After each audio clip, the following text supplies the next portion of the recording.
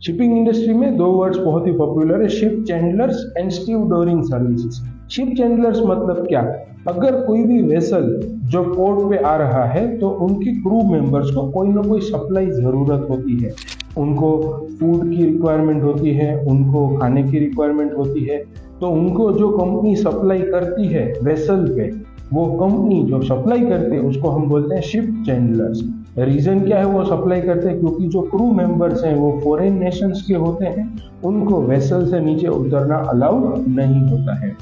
दूसरा एक word Steve डोरिंग। Steve डोरिंग यानी जो भी बड़े वेसल्स आ रहे हैं उस पे जो बल्क कार्गो यानी कि खुला मटेरियल जो लोडिंग अनलोडिंग होता है, तो लोडिंग अनलोडिंग करने वाली कंपनी क्रेन के माध्यम से करती है, तो वो कंपनी जो क्रेन प्रोवाइड करती है उनको हम बोलते हैं Steve डोरिंग services. Thank you friends.